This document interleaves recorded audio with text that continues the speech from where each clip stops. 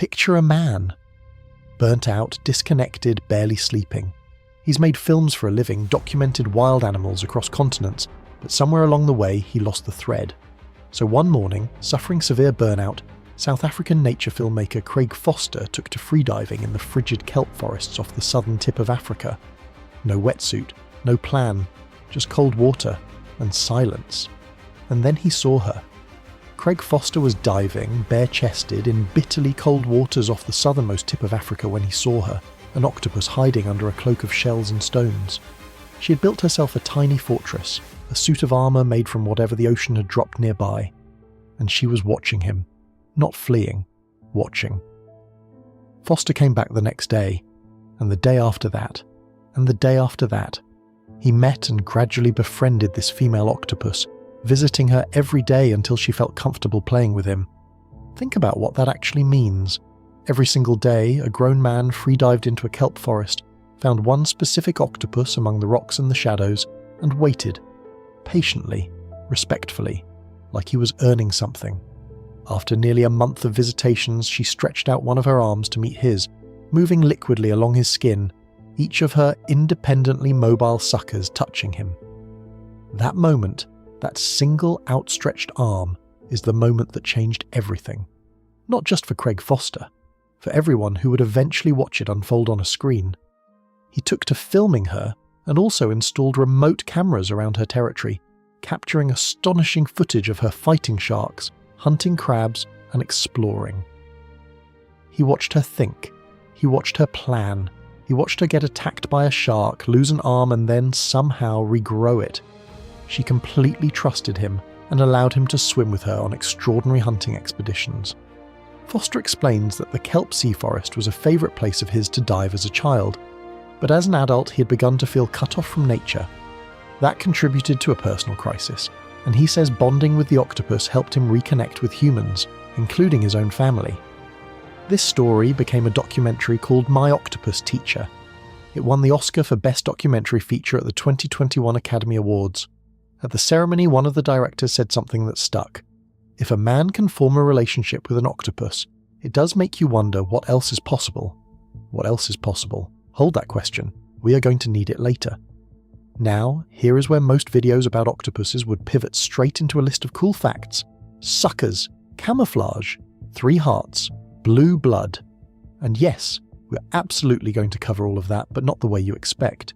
Because every single thing you think you know about octopuses is either wrong, incomplete, or about to make you deeply uncomfortable about the last time you ordered calamari.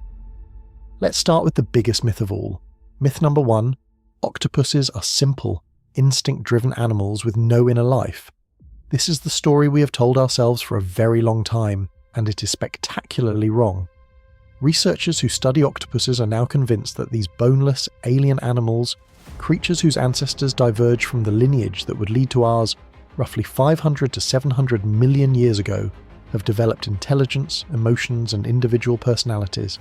500 million years of completely separate evolution, and they still ended up somewhere that looks, uncomfortably, a lot like us. Here is why. Around 2/3 of the octopus's approximately 500 million neurons are distributed throughout its 8 arms. Each arm contains its own cluster of neurons known as ganglia, functioning as mini brains. An arm can make independent decisions and execute movements such as grasping food or exploring an environment without direct instruction from the central brain. Read that again slowly. An octopus arm can make its own decisions, without asking the brain. A single octopus arm possesses more neurons than you will find in a frog's entire body. One arm, the frog's whole body. This is not a creature operating on reflex. This is a creature running a distributed intelligence network, like a biological internet with 8 semi-autonomous nodes all feeding information back and forth simultaneously. And it gets stranger. Amputated arms will move on their own, grasp and reject food, and stimulation of an amputated arm can give rise to behaviours seen in the intact animals. A detached octopus arm will still reach for food, still process what it touches, still respond to the world, not because it is alive in any meaningful sense, but because the intelligence was never entirely centralised to begin with. Myth number 2, octopuses have no personality. Wrong. Embarrassingly, definitively wrong. Octopuses were actually the first invertebrates that researchers investigated for signs of what some are willing to call personality. And what they found was not subtle. Studies have proven that octopuses can recognize and either like or dislike individual humans, remembering them even if they haven't seen them in months. And if they do not like you, the people they don't like often get a shot of water from their siphon in the face. There is documented proof of an octopus at a lab in New Zealand who took a dislike to one specific staff member. Every time that person passed the tank, the octopus squirted a jet of water at her. Not at other people, just her, consistently, every single time. That is not instinct. That is a grudge. In one experiment after 2 weeks, all the octopuses behaved differently toward 2 different keepers, confirming that they can distinguish among individual people, even when they wear identical uniforms. Identical uniforms, same height, same clothes, different face. The octopus knows, the octopus remembers, the octopus has opinions. Think about the person you work with who you cannot stand. Now imagine being an octopus and just casually blasting them with a water jet every time they walk by. Honestly, respect. So here is the question this raises, and it is the question this whole video is quietly building toward. If octopuses have personalities, if they remember you, if they form preferences and hold grudges and reach out to touch you with curiosity and something that looks a lot like affection, what are we actually doing when we sit down to eat one? Do you think a creature this intelligent can actually feel pain? Or does that part of the science still surprise you? Comment your answer below. Because the answer from researchers might genuinely change how you think about the next section. Because here is the uncomfortable number. Between 350,000 and 500,000 tons of octopus are caught each year for human consumption, up from about 100,000 tons in the early 1970s. The market has more than tripled in 50 years. Eating octopus is part of many food traditions, from Spain and Portugal to Greece, Mexico, Japan, South Korea and China.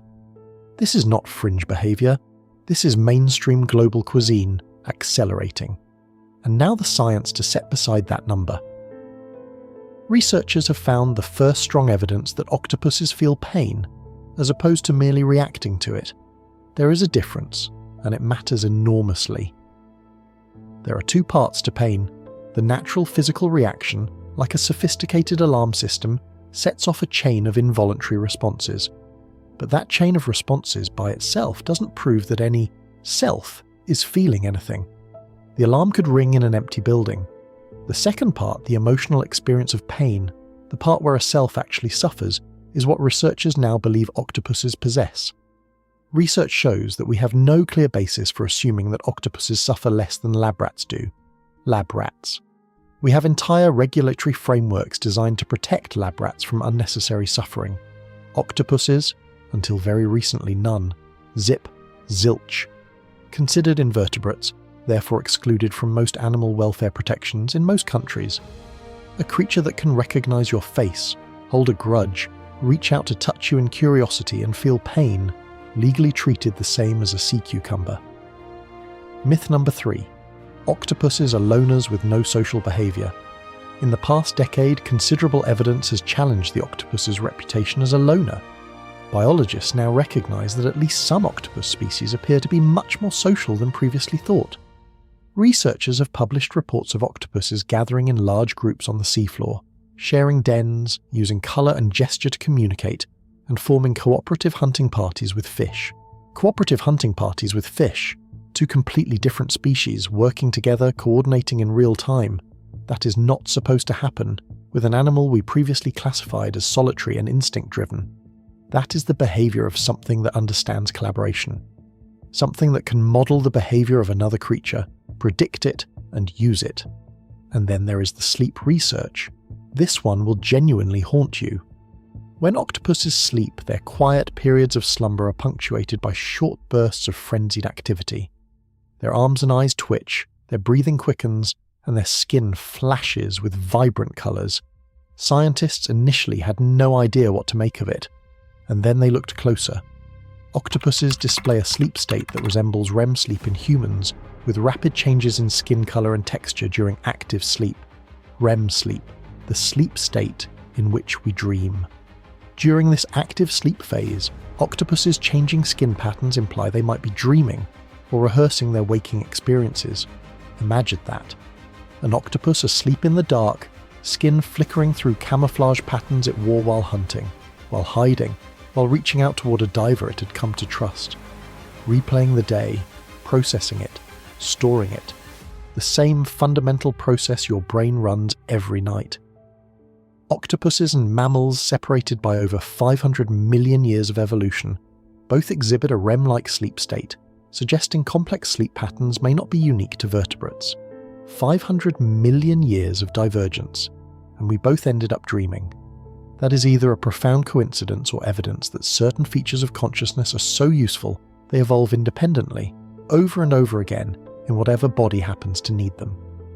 Now back to the growing wave of people who are reporting something that, on paper, should not be happening. Craig Foster is not alone, not even close. Divers, professional aquarists, and cephalopod enthusiasts are increasingly sharing stories of intense mutual curiosity, surprising interactions, and even what some call friendship between humans and octopuses. These accounts are multiplying, and each new one is stranger and more specific than the last.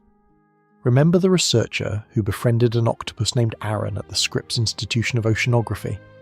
He grew more attached to Aaron the longer he knew him. When he was stressed or overwhelmed, he would spend time observing Aaron, taking photos, even cuddling him, and he would often give him a soft kiss on the mantle, the head. A scientist, a professional, kissing his octopus on the head when he had a hard day. Aaron was more than just a pet. He truly became a companion and friend. Then there is the researcher who bonded with an octopus named Scarlett for the National Geographic and Disney Plus documentary Secrets of the Octopus. After forming a bond with Scarlett, she recalled how the creature reached out to shake her hand. Each dive deepened their silent conversation. The octopus recognized her on every return, making their connection feel almost human. And then there is the man in Cyprus, an ordinary person on holiday, not a scientist, not a filmmaker, who watched my octopus teacher and decided to try something. The first day was uneventful, with the octopus shyly hiding in its underwater home. After giving him some shrimp as a treat, the pair started trusting each other, with the octopus coming out of its cave to greet him and extending its tentacles toward his hands every time he arrived.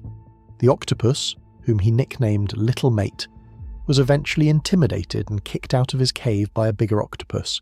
And then, this is the part that matters, the reunion was all the sweeter for it, with Little Mate immediately reaching out to greet him and even leading him to his new home. An octopus led a human to its new home, to show him, to share it. Why? Why would a solitary, supposedly simple invertebrate do that? What possible evolutionary purpose does showing a human your new den serve? Unless the evolutionary framework is the wrong lens entirely. Despite vast evolutionary differences, octopuses show curiosity, memory, and even emotion. Their willingness to interact with a human diver hints at complex inner lives. It challenges the old notion of them as solitary, unfeeling beings and paints a picture of creatures capable of empathy and trust. Here is the reframe, the big one, the thing this whole video has been building toward. We've spent this entire time asking the wrong question. We keep asking, can an octopus really be friends with a human? As if the burden of proof is on the octopus, as if the octopus needs to pass some threshold before we take the relationship seriously. But flip it. What if the question is actually about us? Octopuses haven't shared a common ancestor with humans in at least 600 million years, but somehow, separately, these invertebrates evolved remarkable problem-solving abilities, curiosity and intelligence. They did not need us to evolve that. They evolved it for their own reasons, in their own world, for their own survival. And then they kept it when we showed up. Foster says the greatest lesson his octopus taught him is that humans are part of the natural world around us, not simply visitors, not observers, not researchers peering in from outside, part of it, embedded in it. And maybe, just maybe, other animals have always known this, even when we forgot. The octopus that reached out to Craig Foster after a month of patience did not do it because he fed her, or because she needed something from him, or because evolution hardwired her to seek human contact. She did it because something in her, some version of curiosity, some version of recognition, some version of connection decided he was worth reaching for. And here is what that means. Every time a human and an octopus meet in the water, and the octopus chooses to extend an arm instead of retreating into the dark, that is not a trick. That is not conditioning. That is two completely separate evolutionary experiments in intelligence, running simultaneously for 500 million years on opposite sides of the vertebrate divide, suddenly finding each other in the same cold water and deciding independently that the other one is interesting. That is not an animal behaving like a pet. That is consciousness recognizing consciousness. These findings are challenging our understanding of consciousness itself. Not just octopus consciousness. Consciousness as a concept. What it requires, where it can live, whether it needs a spine, a face, a warm body, a language, whether it can ripple through 8 arms in the dark at the bottom of a kelp forest and still be, unmistakably, something that feels. The next time you're near the ocean, or near a tank in an aquarium, or watching a documentary at midnight when you cannot sleep, and an octopus turns one of those alien eyes toward you, do not look away. Look back. Because it is not looking at you the way a fish looks at you, without recognition or curiosity. It is looking at you the way you look at something that surprises you, something new, something worth understanding. It is looking at you like it is trying to figure you out, which, if you think about it, is exactly what you are doing to it. If this video shifted how you think about octopuses, or honestly about intelligence and consciousness in general, share it with someone who needs to see it. And if you want more deep dives into the stranger, smarter, weirder corners of the ocean, subscribe and hit the bell. There is a lot more water to cover.